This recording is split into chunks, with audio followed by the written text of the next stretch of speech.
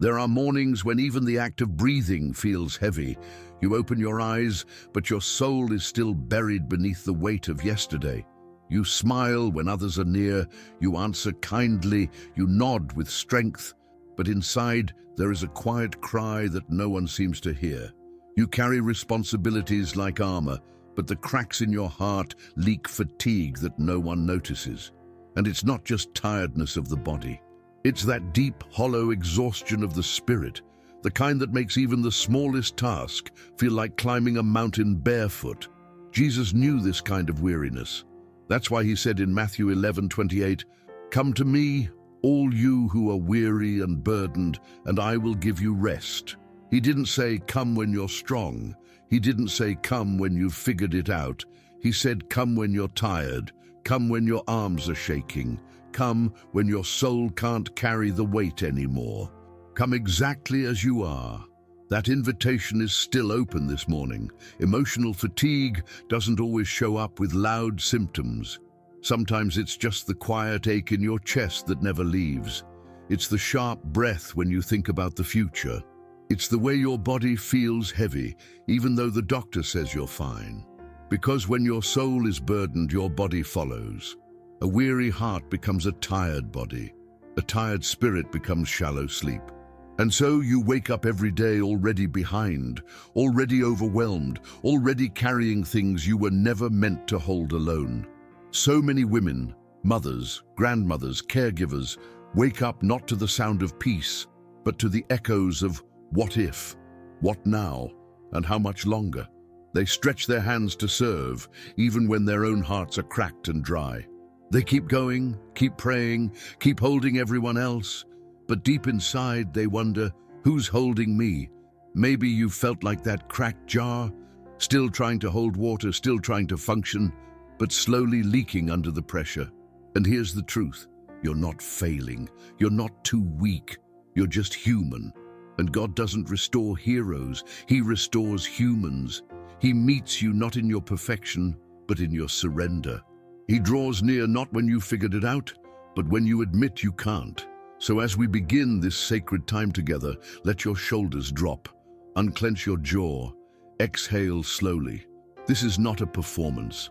This is a place of rest, a moment of stillness, a sacred pause in a rushing world. Here, in this quiet space, God is already moving. His mercy is already flowing. His presence is already near.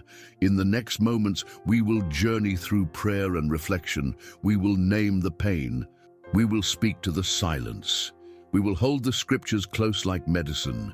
We will invite healing. We will ask for emotional renewal. We will remember who God is and who we are in His hands. Peace is coming, strength is rising, and hope is being restored. Let's begin. Some forms of exhaustion don't shout. They whisper. They don't break down in public. They hide behind a well-practiced smile. You move through the day as if nothing is wrong, but something inside you is dimming. You say, "I'm fine," out of habit, not truth. And over time, that silent pretending becomes its own form of weariness, one that doesn't just weigh down your body but numbs your spirit. This is the kind of burnout that wears lipstick and carries lunchboxes, the kind that shows up to work, to church, to the family table, while slowly crumbling inside. You've been strong for so long that strength has become your identity. But strength without rest becomes a burden. And the truth is, some of us are not just tired, we're tired of being the strong one. Psalm 6:6 gives voice to that hidden fatigue. "I am weary with my groaning. All night I make my bed swim. I drench my couch with my tears." What a holy thing it is to see our hidden tears mirrored in Scripture. God saw David's sorrow, and He sees yours too. Your nighttime tears are not wasted. They are seen, they are known, they are carried. It is not weakness to say, "I can't." It is wisdom. Because in God's kingdom, surrender is not failure. It's the beginning of renewal. There's a sacred strength in falling at His feet, not to explain yourself, but simply to rest. Sometimes the deepest prayer is not loud or long. Sometimes it's just placing your hand over your heart, sitting in silence and whispering his name like a lifeline. Jesus. No script, no performance, just presence. Think of a lamp. When it's unplugged, the light disappears. But that doesn't mean the lamp is broken. It's not damaged, just disconnected. And maybe that's where you are right now, not failing, not beyond repair, just unplugged, waiting to be reconnected to the source of light, of warmth, of life. This moment is not asking you to fix everything. This moment is simply offering you space to stop pretending, to let the smile fall, to let the tears rise, to stop managing your pain and start bringing it into the presence of God. There is more mercy in 1 second of surrender than in 1,000 days of silent pretending. You don't have to earn rest. You don't have to deserve healing. They are gifts, and today they are being offered to you freely, fully, tenderly. Let the burnout speak. Let the silence breathe. Let the truth rise gently to the surface. You're not alone. You've never been, and you don't have to hold this weight by yourself anymore. There is a particular kind of panic that arrives in the early hours, not loud or dramatic, but constant, quiet, unrelenting. It creeps in before your feet touch the floor. It follows you into the kitchen, into the mirror, into every moment of the morning. It's the ache of being needed by everyone and not knowing who you can lean on. It's the weight of answering to so many demands that you forget you have your own soul to care for. And slowly, this panic becomes the air you breathe, shallow, tight, unsteady. Somewhere along the way, you started believing that being strong was your only option, that asking for help was weakness, that rest was a luxury you couldn't afford. You hold the family together, you carry the silent concerns no one sees, and yet, who carries you? God does not ask you to be everything. He never has. Isaiah 41:10 whispers into this moment, "Fear not, for I am with you. I will uphold you with my righteous right hand. Not I'll watch you figure it out. Not I'll cheer you on from a distance." He says, "I am with you, and I will uphold you." That's not symbolic, that's literal, that's real, that's personal. You're not required to carry what is crushing you. You're invited to release it, not into thin air, but into hands that never grow weary. Love does not demand performance. Grace does not require exhaustion. God's affection is not measured by how well you hold it together. In fact, the moments you feel most undone might be the ones where He's drawing closest. His arms are not extended to the version of you that has everything under control. His arms are open to the you that feels like falling apart. So, pause for a moment in your spirit. Imagine everything you're holding, the names, the fears, the unanswered questions, the decisions that feel too heavy. See them laid out before you, not as a burden to carry alone, but as pieces being offered back to the one who sees it all. You don't have to fix it all at once. You don't even have to know what comes next. One by one, let each burden become a whispered prayer. Let each anxiety be placed into God's keeping. You were never meant to be the tree. You were only ever asked to be the branch, the one that stays connected, dependent, rooted in the vine.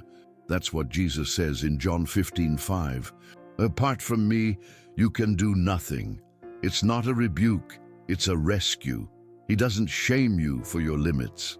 He reminds you that being held is holy. And so, in this sacred stillness, release the pressure. Let the tears fall if they need to. Let the silence speak. You are not disappointing God by being tired. You are not too much. You are not behind. You are simply invited to stop trying to carry what you were never meant to bear alone. Let Him hold it now. Let Him hold you. There are mornings when you wake with a heaviness you can't name. Your chest feels tight. Your thoughts race before your eyes even open. It's not tied to one single event. It's the shadow of something deeper, the quiet grip of fear that settles into the soul without warning. This fear doesn't always roar. Sometimes it simply lingers, shaping the way you breathe, speak, and move through the day. And because it's invisible, you start to think maybe it's just you. but it isn't. Fear is real, and it can wrap itself around the spirit until hope feels far away. Scripture doesn't deny the valley, it promises presence within it. Psalm 23:4 speaks right into this quiet dread. Even though I walk through the valley of the shadow of death, I will fear no evil, for you are with me. This is not the absence of danger, but the assurance of companionship. The valley is not erased, but you do not walk it alone. God steps into the dark spaces before you arrive. He doesn't wait at the end. He walks with you through every shadow. Science quietly confirms what the soul has always known. Fear rises in the morning. Cortisol, the stress hormone, spikes at dawn. Your body wakes already on alert, already scanning for danger. But prayer has the power to rewrite that internal script. When the first breath of the day carries God's name, something shifts in your mind and in your body. The nervous system begins to release its grip. The soul begins to steady. There is a simple rhythm that can anchor you when fear rises. Inhale slowly and think, "You are with me." Then exhale, "I will not fear." Breath becomes prayer. Prayer becomes calm. Calm becomes a doorway into peace that isn't logical but deeply real. In that slow breathing you remember, fear is not your master. Presence is. Picture it now. The valley still exists. The shadows still fall across the path. But there is someone walking beside you. His steps sure, his eyes steady. He is not hurried, and neither must you be. The fear that once defined your mornings loses its authority in the presence of the shepherd. And this is the truth that can hold you today. God does not wait for the danger to pass before he comes close. He walks into the valley before you. He holds the lantern. He carries the map. And when your strength falters, his arm is the anchor. You are not abandoned to your fear. You are accompanied.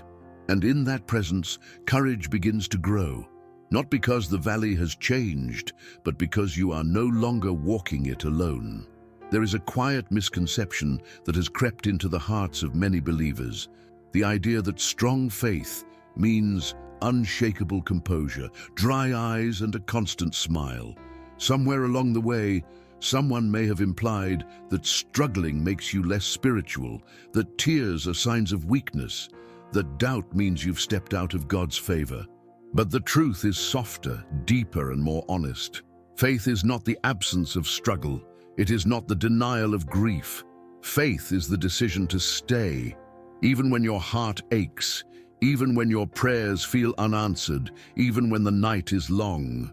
The scriptures are filled with weeping saints. The Psalms echo with voices that broke before God, voices that trembled under the weight of living.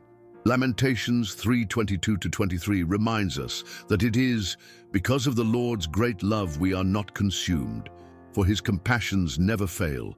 They are new every morning. Great is your faithfulness. The tears are real, but so is his mercy.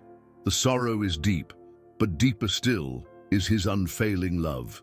Tears in the kingdom of God are not signs of defeat. They are rain on the soil of the soul. They soften what has grown hard. They make space for something new to take root. They become, in ways we cannot always see, the water that nurtures tomorrow's joy. This is why we can weep and still believe. Crying is not a step away from faith. It is sometimes the most honest expression of it. One way to live this truth is to notice even the smallest mercies each morning. They are often easy to miss: the breath in your lungs, the light through the window, the quiet reminder of a verse you once memorized, the face of someone you love. When you begin to gather these small evidences of grace, you start to see that God's love is not limited to the grand and the dramatic. It is present in the ordinary, woven into the fabric of your daily life. Picture your soul as a garden after a long drought. The ground is cracked, the air is dry, and the roots beneath the surface are clinging to whatever moisture remains. Then the rain comes, slowly, steadily, and begins to soften the hardened places. That is what your tears do. They make room for the seed of hope to be planted again. And God, The faithful gardener knows exactly what will grow in that softened soil. Faith is not pretending the drought never happened. Faith is standing in the rain, even when the clouds are heavy, trusting that the same God who allows the tears also sends the renewal. It is choosing to remain when everything in you wants to run. It is whispering, "I believe," while your voice still trembles. It is knowing that your tears are never wasted in His presence. Some mornings, the weight you wake up with isn't about yourself. It's about the people you love, the ones whose names live in your prayers, the ones you worry over in the quiet, even when they don't know. You think of your children, your grandchildren, your family, and a subtle fear lingers, asking questions you cannot answer. Will they be safe? Will they be healthy? Will their hearts stay close to God? It's the ache of spiritual motherhood, the burden of carrying generations in your heart. Vulnerability has a way of making us feel exposed, unprotected. The world feels uncertain. News headlines feel heavy. The future feels fragile. And yet the heart of God whispers a truth that has not changed. He will cover you with His feathers, and under His wings you will find refuge. Psalm 91:4. This is not a poetic exaggeration. It is a picture of divine protection, soft, close, sheltering. Like a mother bird drawing her young beneath her wings, God pulls His children into the shelter of His presence. Feeling vulnerable does not mean you are in danger. Sometimes it means you are closer to trust than you realize. Vulnerability is an invitation to lean deeper into the one who sees what you cannot, who guards what you love, who covers what you fear. His protection isn't always the absence of trouble. Sometimes it is the shield that holds you in the midst of it. When you bring your loved ones into God's presence, you are placing them into the safest hands. You can envision a circle, drawn not with chalk or rope, but with prayer. A sacred boundary where His angels stand watch, where His peace fills the air, where His promises are alive. You may not be able to guard every doorway or see every danger, but He can, and He does. There is a gentleness in His protection that the world does not understand. It's not built on fear or control, it's built on love. Just as a hen gathers her chicks, He longs to gather your heart each morning to remind you that nothing escapes His sight. The ones you love are seen, you are seen, and His shelter remains, even on the days you feel most exposed. So when fear for the future tries to take root, remember, you are not standing in the open. You are standing under wings wide enough to cover you and strong enough to hold you. God's protection is not a distant hope. It is your present reality. Even here, even now, even when you feel vulnerable. There are seasons when you look back and realize pieces of yourself have gone missing. The joy you once carried easily, the laughter that came without effort, the energy that used to rise with the morning sun. Somewhere along the way, the weight of life pressed hard enough to leave dents in your soul, and you wonder if those lost parts of you are gone forever. The truth is, God does not restore by rewinding time. He restores by renewing strength for today. Psalm 23:3 declares it simply, "He restores my soul." It is not just a poetic line, it is a present promise. His restoration is not about returning to what was, but about creating something even more whole, even more grounded in Him, right where you stand. The shepherd doesn't lead you back into the past. He walks with you into a present that holds new life. Some days, restoration feels like a sudden burst of light after a long night. Other days, it is quiet and slow, like the steady filling of a riverbed after drought. But however it comes, it begins when you loosen your grip on what you cannot change and allow Him to plant new strength where the old has withered. Imagine your soul as a garden. The soil may feel overgrown, tangled with weeds of fear, disappointment, or fatigue. You may think it's beyond repair, but the gardener knows what to remove, what to keep, and what to plant. He is not intimidated by overgrowth. He knows how to replant hope where despair has spread. He knows how to coax joy from places that have forgotten how to bloom. Instead of waking with a list of what you must do, there is a gentler way. To begin with, a list of what you will trust him with today. Not tasks, but truths. Not pressure, but presence. This shift is more than habit, it's surrender in action. Restoration is not something you manufacture, it is something you receive, and the one who restores your soul is not hurried. He works in rhythms of grace, not deadlines. Even now, he is tending to the soil of your heart. Even now, he is calling forth life from places you thought were lost. You are not beyond his renewal. You are not beyond his touch. And what the world has taken, the shepherd knows how to restore. As this time draws toward its close, there is one truth that must linger above all others. You are not alone. You are not forgotten. And you are not beyond restoration. The heaviness you've carried, the tears you've shed, the nights you've endured in silence, none of it has escaped his notice. Heaven has not turned its face away. God's presence has been here all along, even in the moments you felt most unseen. The story you are living is still being written. Hebrews 13:5 speaks with unwavering tenderness. I will never leave you nor forsake you. This is not just a verse to be remembered. It is a covenant to be trusted.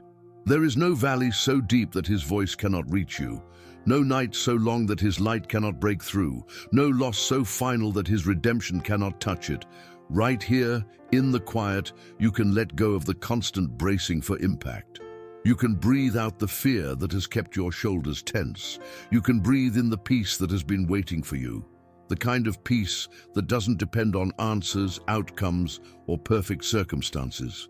A peace anchored in the unchanging heart of God. So let these words become the prayer of your heart. Lord, hold what I can't. Speak peace where there's panic. Restore what I lost along the way. In your presence, I choose to rest. There is no more striving here.